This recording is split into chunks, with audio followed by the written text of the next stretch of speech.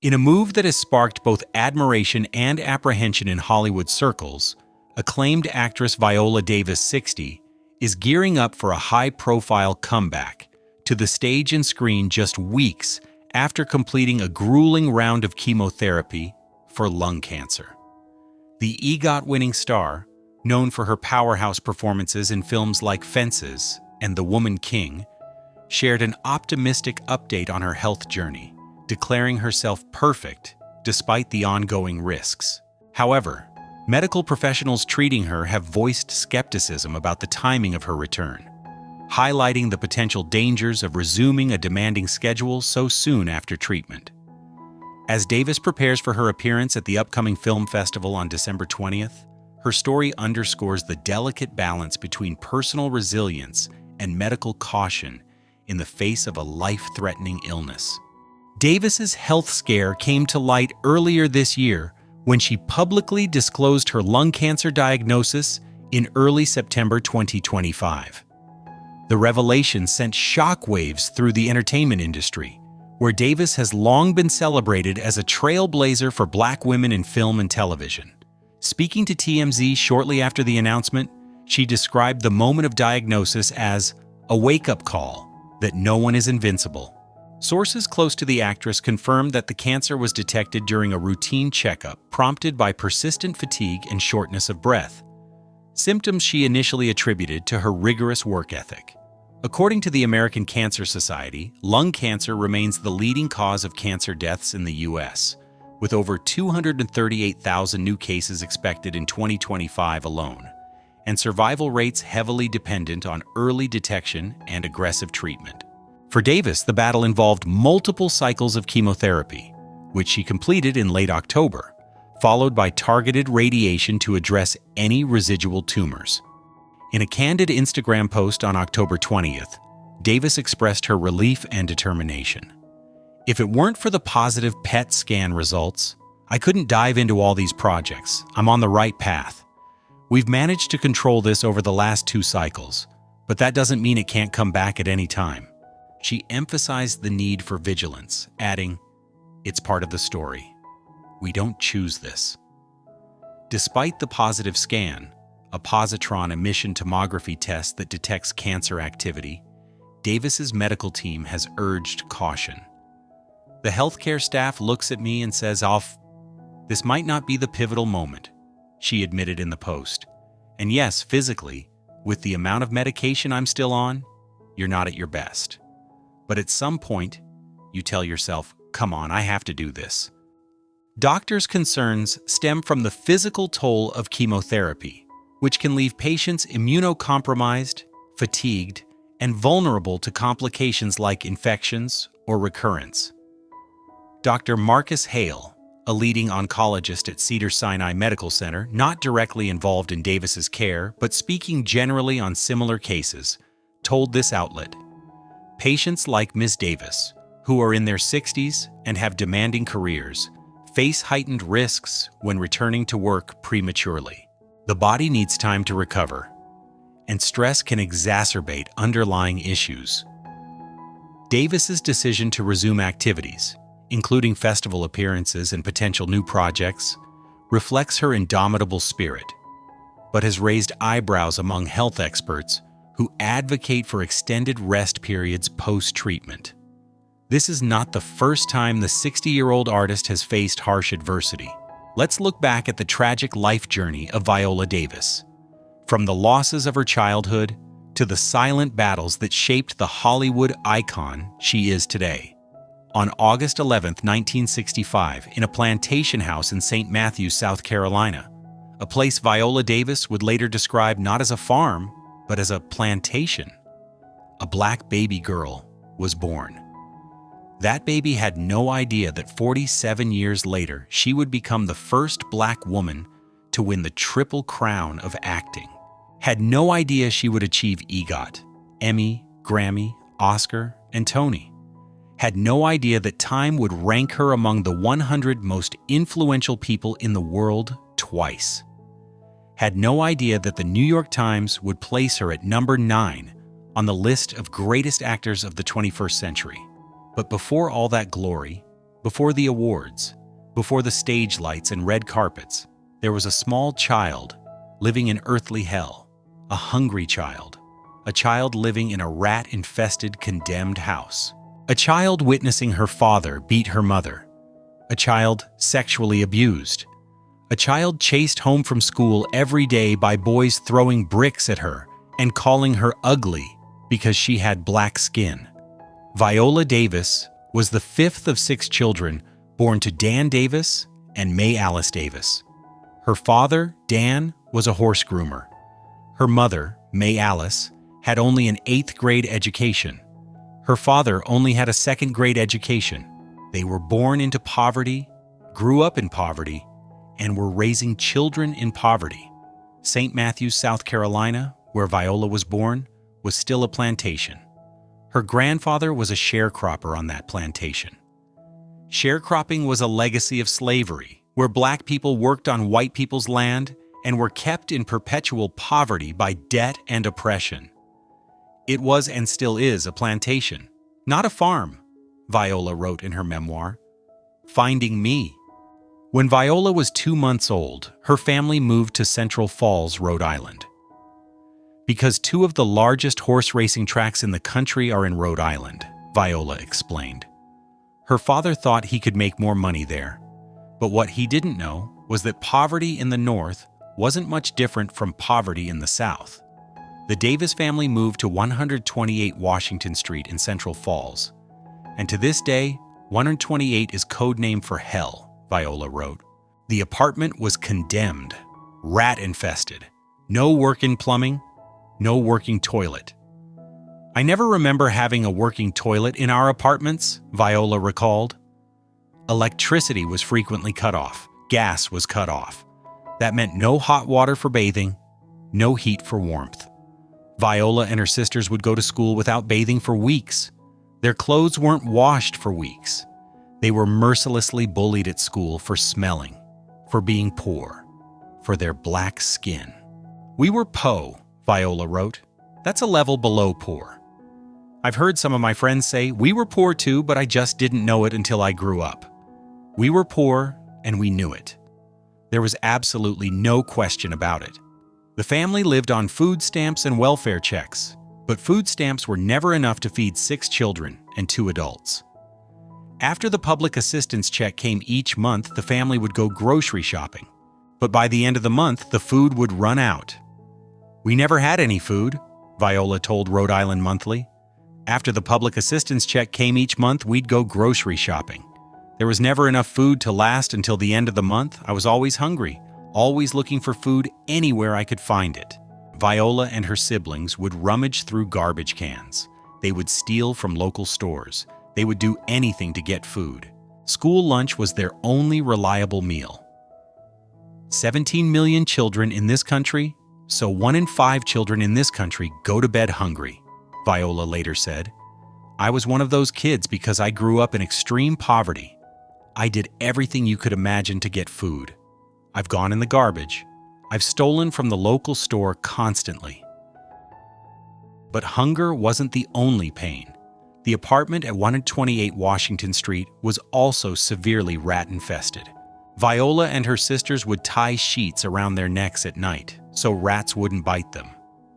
Our apartment caught on fire so many times, Viola recalled. Once, Viola was too scared to jump from the fire escape and stood there, frozen, after the rest of her family had escaped. We stayed at 128 for another 2 years after that. And yes, it was still a fire trap. But in my mind, no one cared about the conditions that the unwanted lived in. The unwanted. That's how Viola felt. Unwanted. Unseen. Invisible. But poverty wasn't the only hell at 128 Washington Street. There was also violence. Constant, unavoidable, brutal violence. Dan Davis, Viola's father, had grown up in a violent household. He was abused throughout his childhood. And as a man, he worked under racist white horse owners who treated him as less than human. Every day, Dan Davis had to endure disrespect, humiliation, racism, and every night he brought that rage home. What I saw in my father was a man who, single and alone, could have kept his check and spent it all on women and alcohol. But he wasn't alone, Viola wrote. Throughout my childhood, my father had 5 children to feed. Every penny he made had to go to us. Even with hard labor, enduring disrespect from white horse owners, it was never enough, so he raged.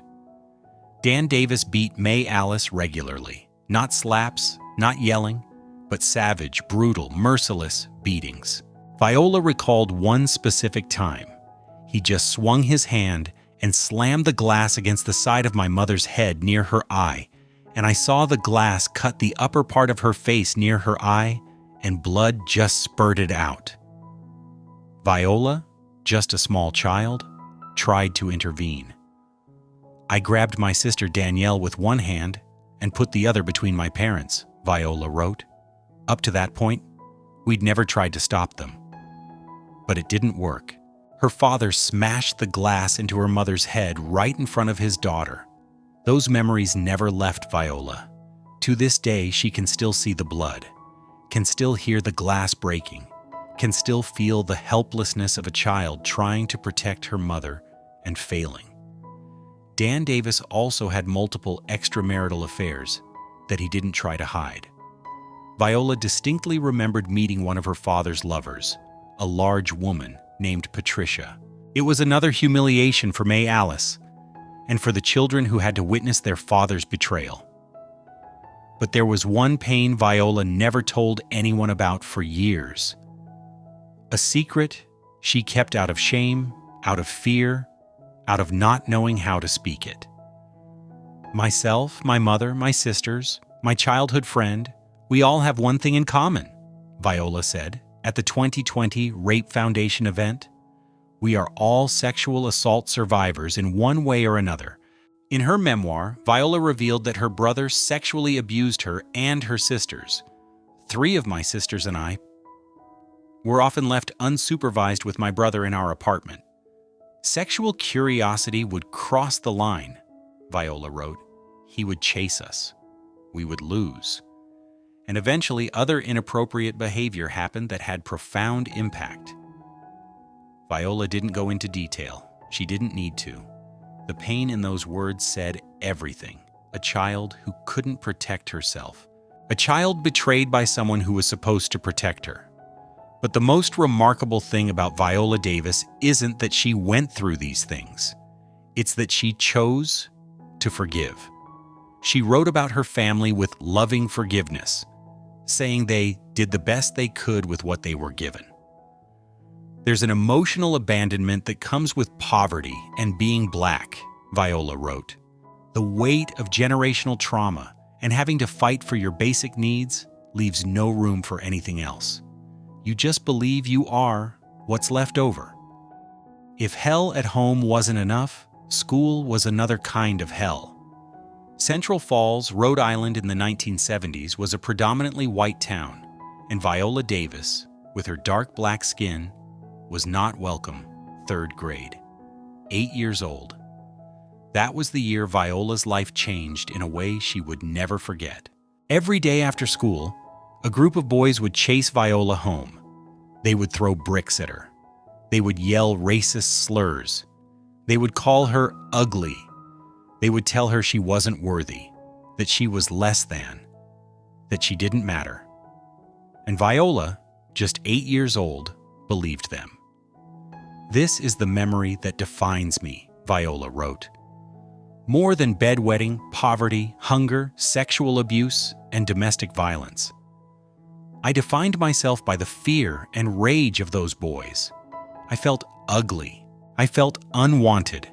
Viola ran every day, ran as fast as she could, heart pounding, breathing hard, looking over her shoulder to see if they were catching up. And every day she arrived home with another memory of shame, of fear, of being an outsider. Decades later, when Viola was filming Suicide Squad with Will Smith, he asked her, "Viola, who are you?" Will Smith told her, "Look, I will always be that 15-year-old boy whose girlfriend broke up with him. That will always be me." "So who are you?" Viola wrote. "There, I was a working actor with steady work, Broadway credentials, numerous industry awards, and a reputation for bringing professionalism and excellence to any project. Damn, Oprah knew who I was. Yet sitting there talking to Will Smith, I was still that scared little third-grade black girl. It just came out. I'm the little girl who would run after school every day in third grade because these boys hated me, because I wasn't pretty, because I was black. Well, that's the power of trauma.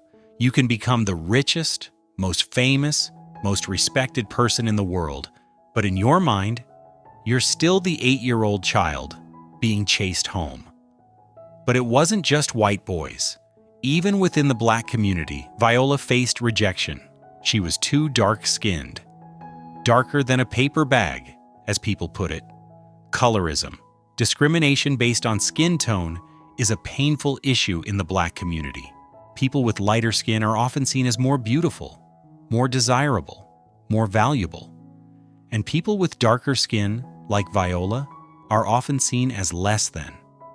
As a dark-skinned black woman, it's been hard for me to feel beautiful amidst the cruelty I faced growing up, Viola admitted.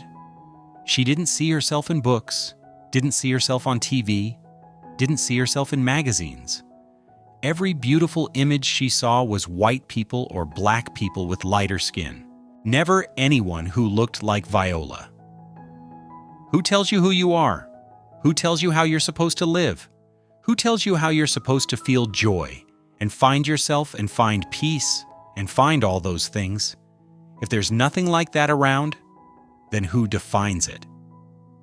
Viola said on The View, "I'll tell you who defines it. The boys who are throwing bricks. I'll tell you who defines it. When you don't see yourself in any book or any picture of yourself, I'll tell you who defines it. Television. You grab onto it in the absence of nothing else. And it pisses you off because you know inherently it's wrong, but you don't have any tools to fight it." Added to all that pain, Viola also wet the bed. Until she was a teenager. Every morning, she woke up in wet sheets. Every morning, fresh shame. There was no hot water in the house, so she couldn't bathe. Laundry wasn't done for weeks, so she had to wear dirty clothes. And now, her sheets were wet too. "How did I start my day?" Viola told Rhode Island Monthly. "Oh my God, I'm a bedwetter.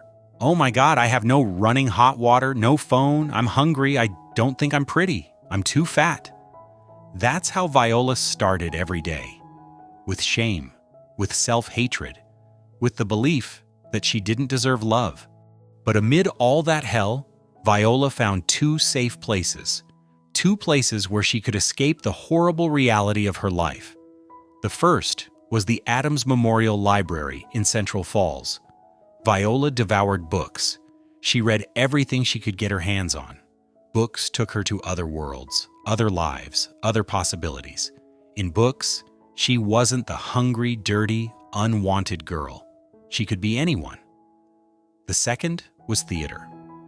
At Central Falls High School, Viola discovered acting, and everything changed. "I wanted to connect with myself," Viola said. "I was tired of living in secrecy. Secrecy kills. I was tired of waking up feeling like, oh God, I'm a bedwetter. Oh my God, I have no running hot water, no phone, I'm hungry. I don't think I'm pretty. I'm too fat." That's how I would start my day, then go to bed with the same story and never tap into, "Okay, Viola, all those things may be true, but you're still worthy of love."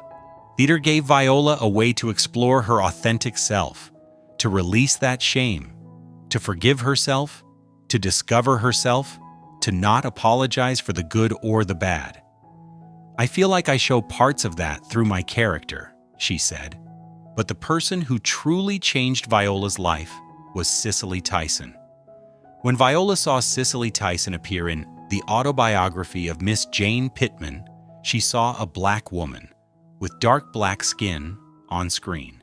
And for the first time in her life, Viola thought, maybe I can do that too.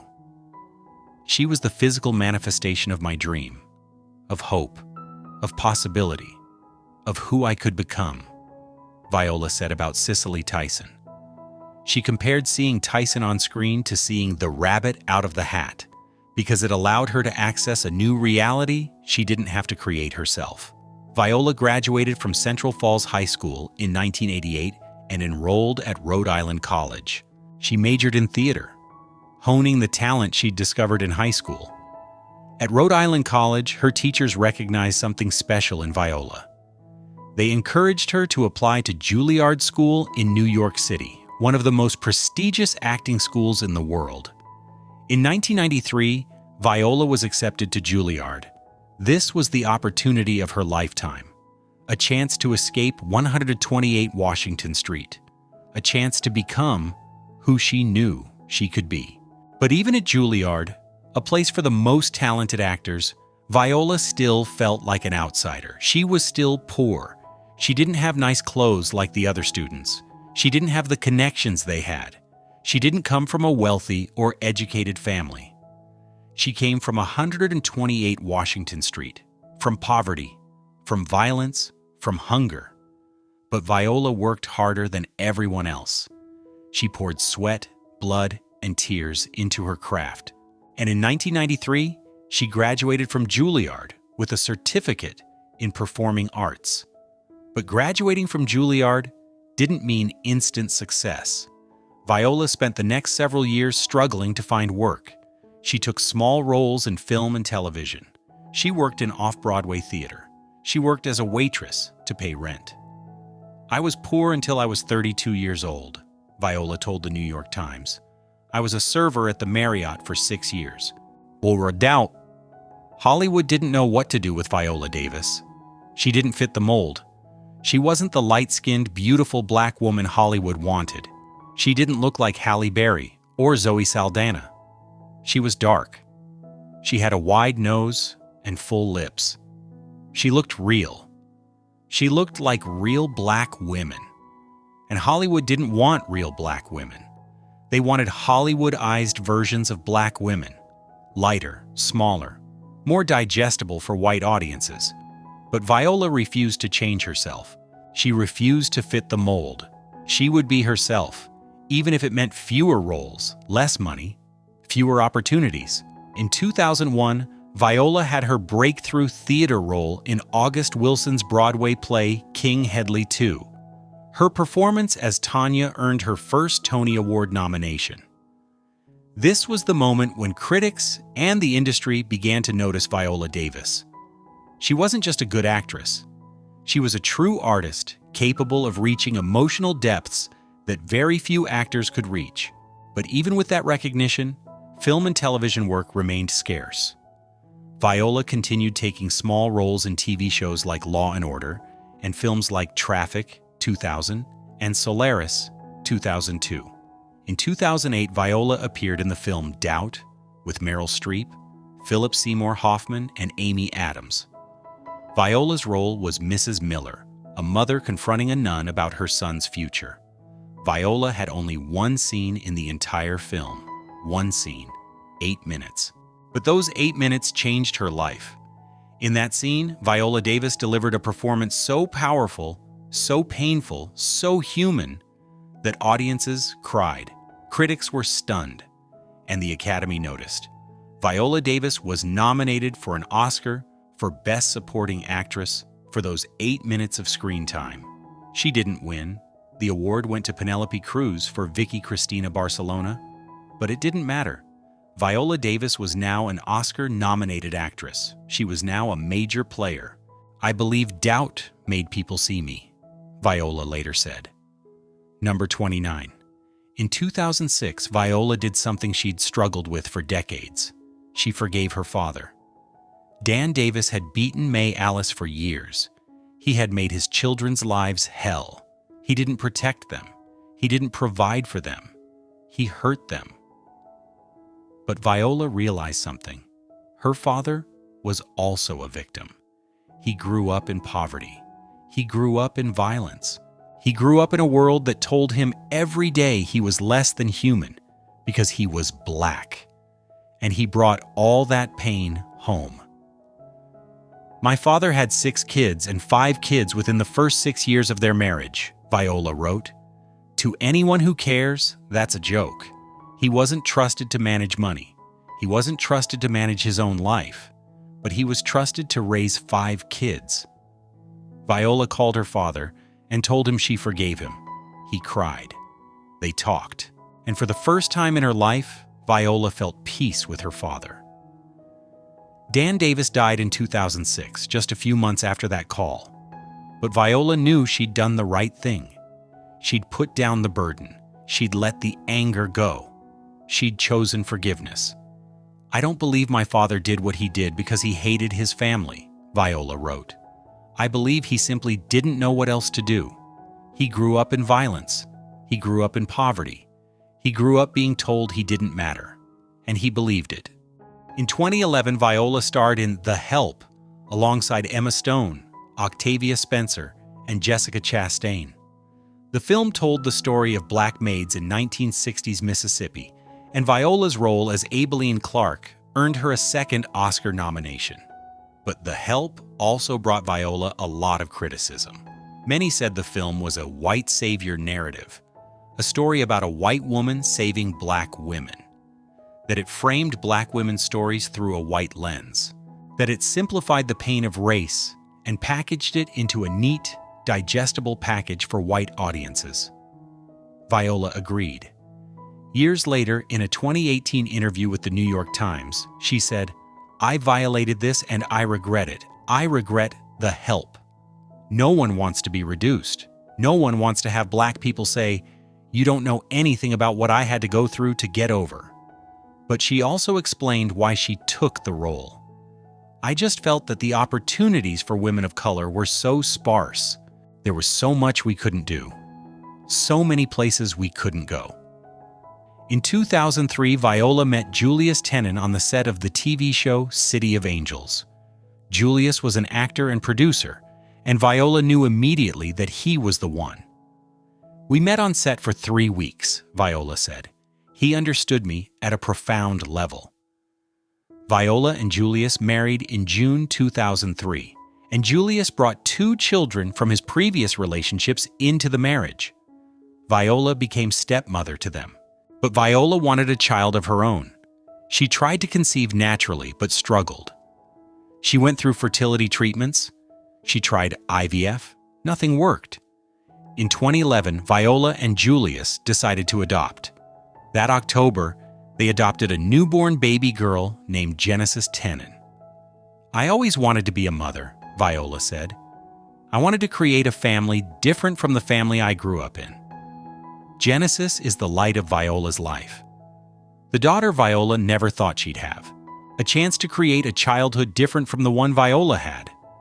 A chance to give love, stability, security, and normalcy that Viola never knew. In 2014, Viola was cast as lawyer and law professor Annalise Keating in Shonda Rhimes' ABC series How to Get Away with Murder. This was Viola's first lead role in a network television series. Annalise Keating was unlike any black female character ever seen on television. She was complex, she was flawed, she was powerful, yet vulnerable. She was brilliant, yet broken. She was real.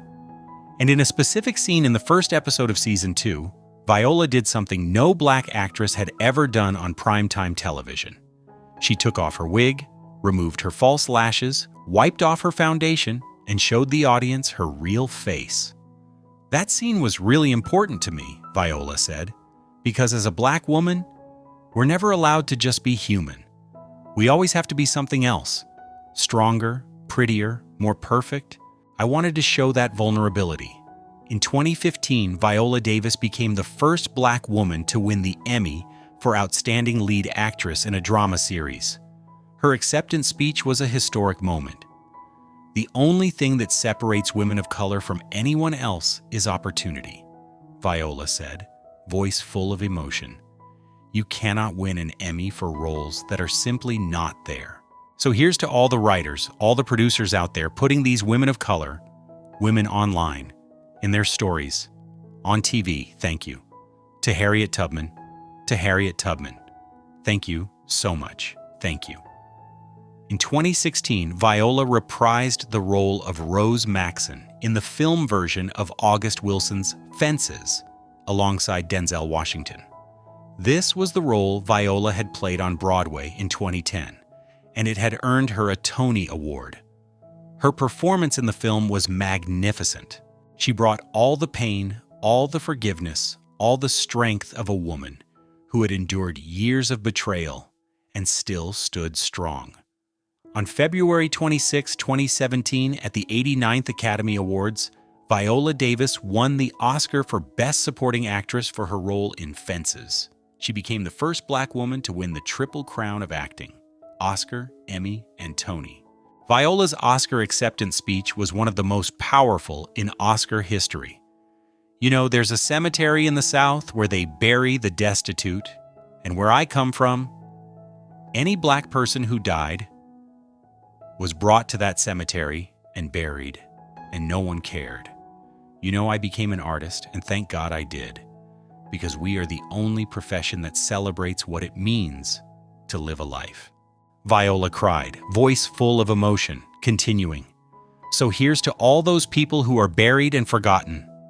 We excavate them, and we bring them into the light, and we celebrate them." In 2022, Viola published her memoir, Finding Me. In the book, she opened up about everything: poverty, hunger, domestic violence, sexual abuse, racism, colorism, and the long journey to forgiveness and healing. The book sparked conversations across the country.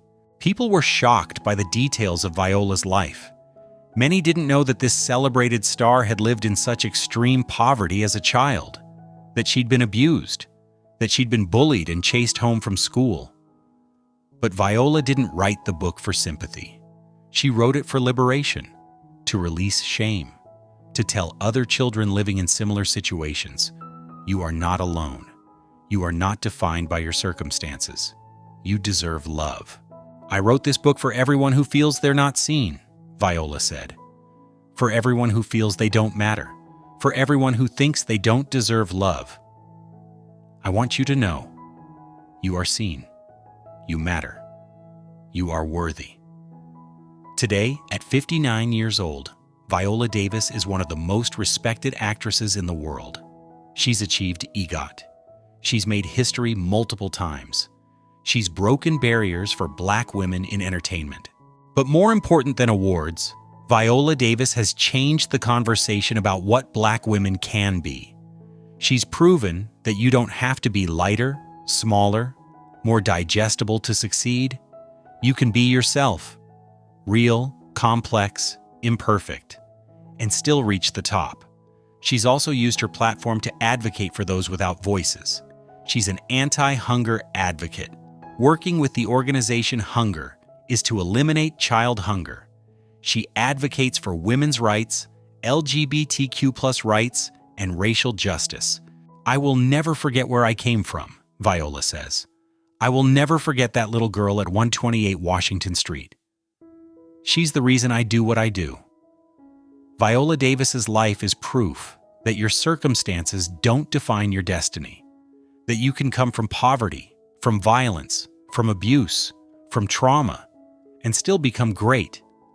But more importantly, Viola's story is about forgiveness, about forgiving the father who hurt you, forgiving the brother who abused you, forgiving the boys who threw bricks at you, forgiving a society that told you every day you were less than, and most importantly, forgiving yourself.